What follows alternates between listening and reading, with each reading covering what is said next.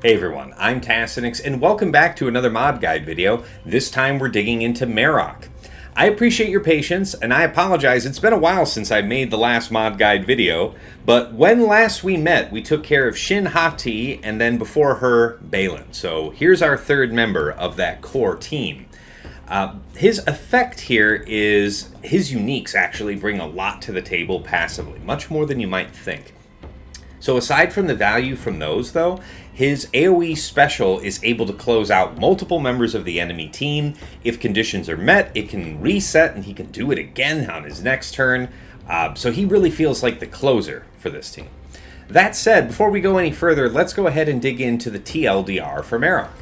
His set types should be crit damage and crit chance. If you're really tight on these, you could go with offense, but in my book, all else being equal, as far as trying to hit as hard as you can, as early as you can in the fight, so assuming, no ramping time has really gone into it, then if you are actually going to crit, you can't do better than crit damage. And I feel like this guy needs to be coming out swinging as hard as possible immediately in the fight. So I'm here for the crit damage set, but you can probably do okay with offense. The arrow should be speed for most folks, myself included, or you could go with a very fast offense primary. I like this idea myself, I'm just constrained on them. Circle is probably better to have as protection over health. It would give more survivability to the character, but I think the higher priority is to choose the circle that has the better offense and crit chance secondaries. I'm running health. I would prefer it was a protection primary, but the secondaries just can't be beat on that circle, so there it is. Triangle would of course be crit damage, and the cross is offense. The turn order is indeed third, so we have Baylan, then Shin, then him, and then stat priority. Crit chance is a big deal here. We do get a lot handed out to us from Shin, anywhere between 30 and 50%, depending on 3 versus 3, 5 versus 5. But you want to have a very high basis of crit chance. I would say that you want at a minimum a 50 special crit chance. All right, so make sure you're scrolling down below the physical section to see his special, because that AoE of his is special damage. If you can't pull off at least 50% special crit chance, maybe until you get it, you could run an offense set with an offense primary on the triangle. I think it is considerably inferior than being able to pull off this kind of setup, so it's worth building the set for. But ideally, you're pushing up that crit chance as close to 60% as you can, and that way, even with a little bit of crit avoidance involved on the enemy team, you're going to be likely to land those nasty critical strikes. Okay, after crit chance, I would prioritize offense and then speed. As he is the third member of the core team, you worry about speed absolutely last, and offense is just to make sure we slap as hard as possible. All right, before we get into his kit, I'd like to just review any effect the leadership from Baylan's Skull has.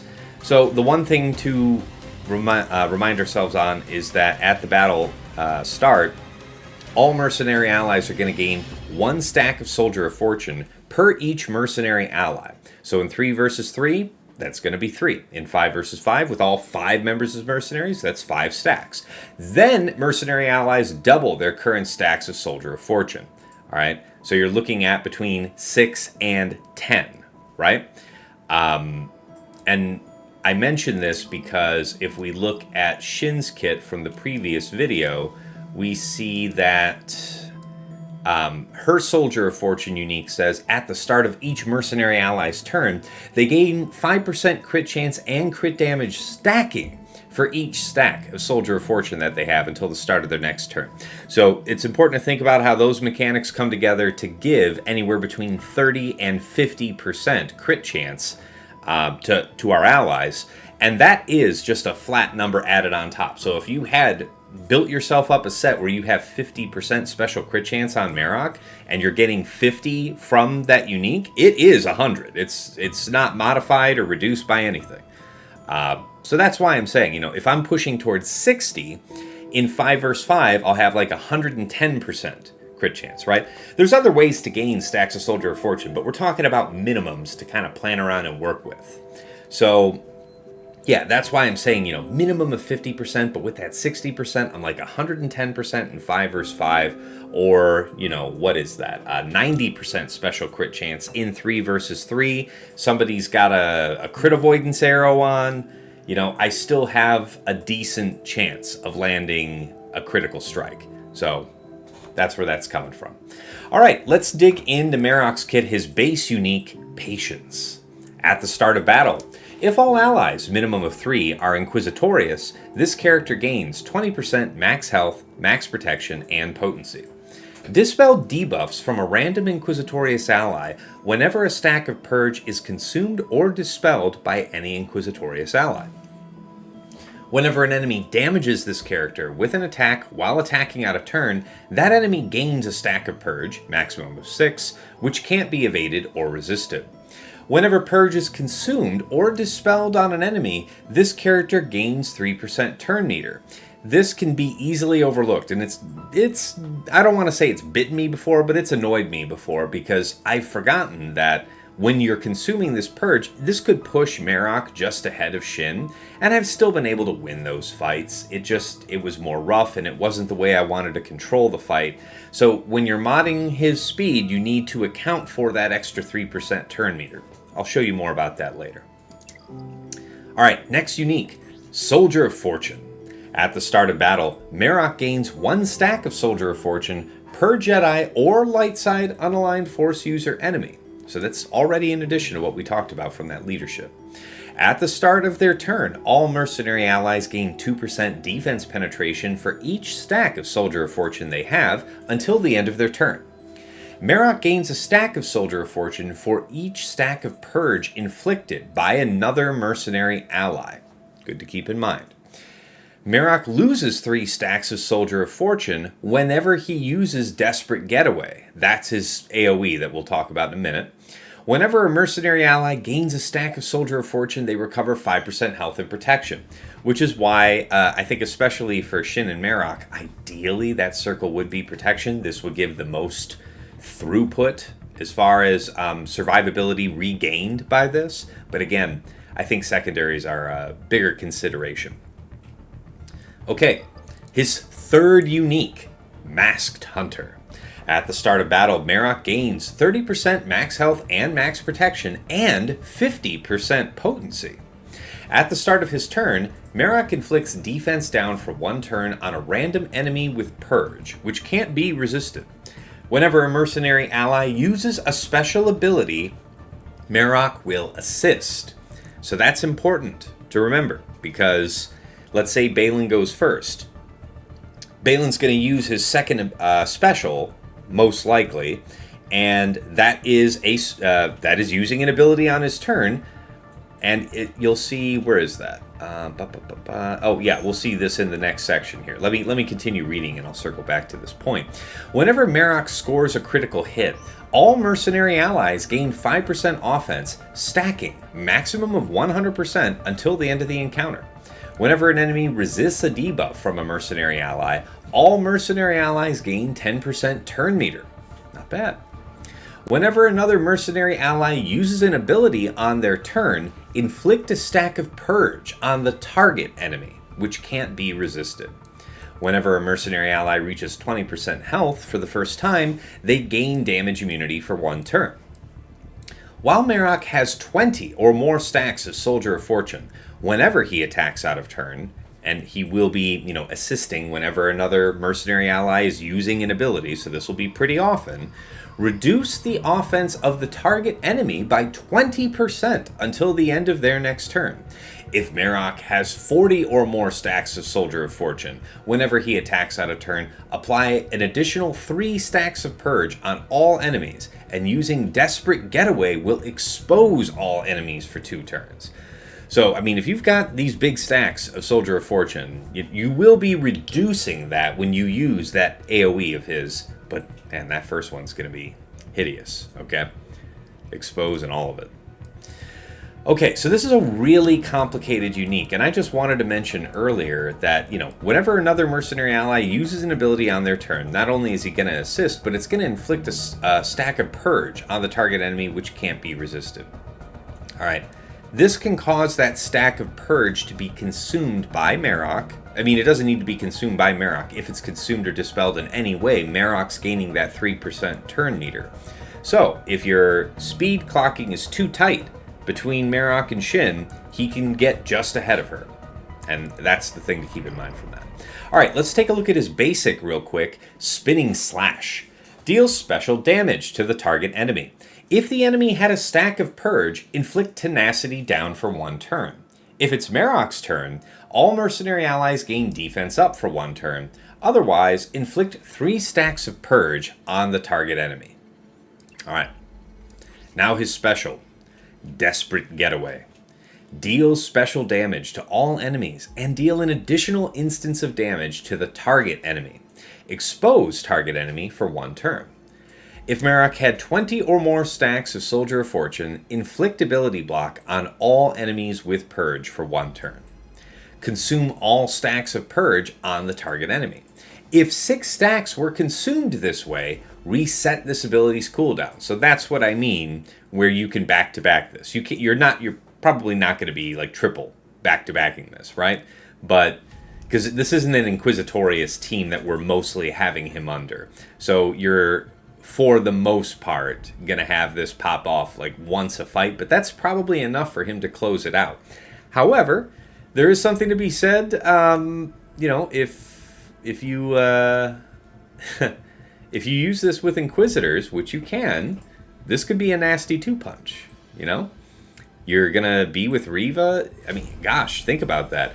Riva's going to put 6 stacks out to everybody, right? And then he can just do this and target somebody with 6 stacks. It resets. Now, he doesn't get a bonus turn with that, so you have to wait till his next turn comes around. But successively throwing this AoE, that's a problem. Alright, for each stack of Purge consumed, grant advantage to a random mercenary ally who doesn't have it for 2 turns. Okay, so yeah. It's a really strong skill. It hurts a lot, okay? Now, we can see here, ability block can be resisted, but, you know, we have the means of applying Tenacity down. He starts with about 50% potency and then gets another 50 from his unique. So you're doing pretty well in terms of being able to land your debuffs, and you don't need to worry so much, I think, about, you know, landing any of that. Now, let's go ahead and talk about the team comps and turn order. All right.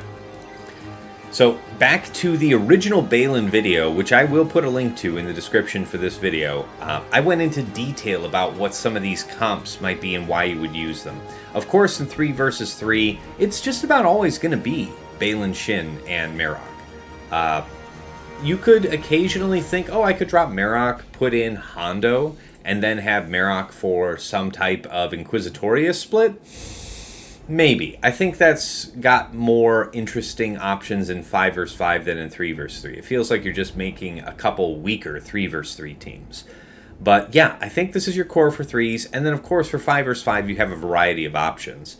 You know, I've used most of these here in the last couple of seasons, although nothing in my view is better than L3 Hondo, but when I have Hondo tied up elsewhere, I really have liked Kira in here. With an AoE Dispel, a stagger, you have multiple AoEs on this team to trigger those staggers.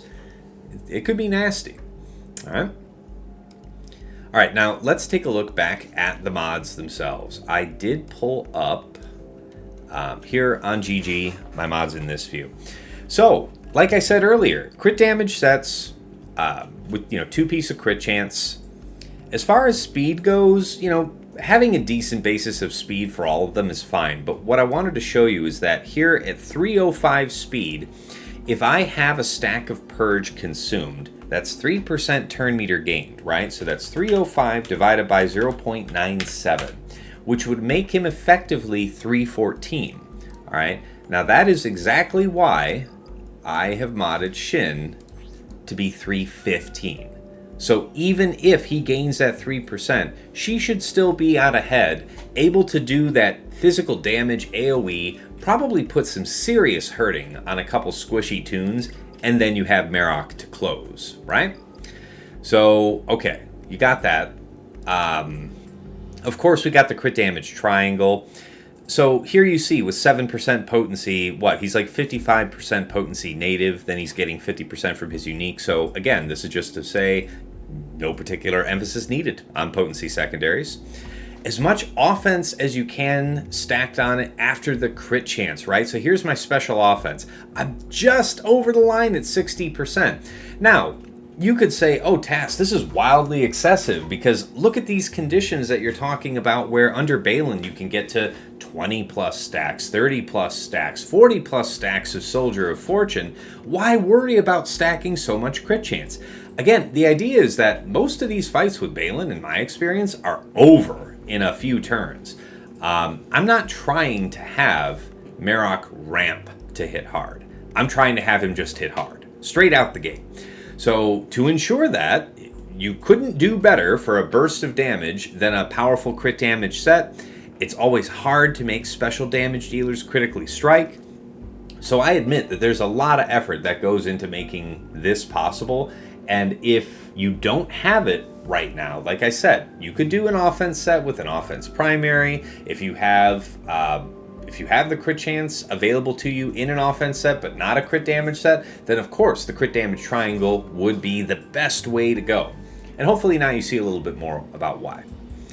So yeah, like I was saying earlier with the circle, if it could be protection and still have secondaries like this, I would prefer it, but it's not the end of the world.